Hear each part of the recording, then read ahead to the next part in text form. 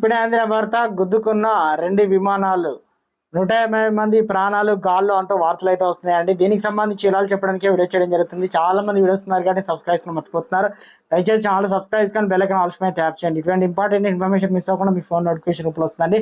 చాలా మంది మీరు చూస్తున్నారు కానీ లైక్ చేయడం లేదండి. దయచేసి లైక్ చేయండి, ఇన్ఫర్మేషన్ అందరికీ తెలుస్తుంది.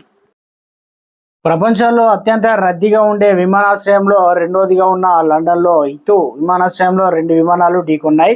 వర్జిన్ అట్లాంటిక్ చెందిన బోయింగ్ 787-9 రకం విమానాలు ప్రయాణం ముగించుకొని దానిని మరో ప్రదేశానికి తీసుకెళ్తున్నాయి. అయితే ఈ సమయంలో బ్రిటిష్ ఎయిర్వేస్ చెందిన ఎయిర్ క్రాఫ్ట్ తగిలింది.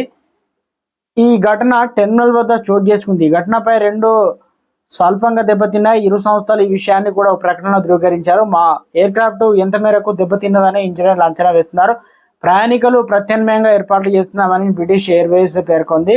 ఇక ఇదిలా ఉంటే యూకేలో కేతీలో తుఫాన్ దెబ్బకు ఎయిర్పోర్ట్ లో విమానాలు ల్యాండింగ్ కావడానికి అవసరాలు పడుతున్నాయి. బ్రిటిష్ ఎయిర్వేస్ కు చెందిన ఓ విమానం ల్యాండింగ్ వచ్చి బ్యాలెన్స్ సాధ్యం కాకపోవడంతో తిరిగి గాల్లోకి ఎగిరిపోయాయి. విమానాశ్రయంలో 2 విమానాలు ఢీకొన్నాయి.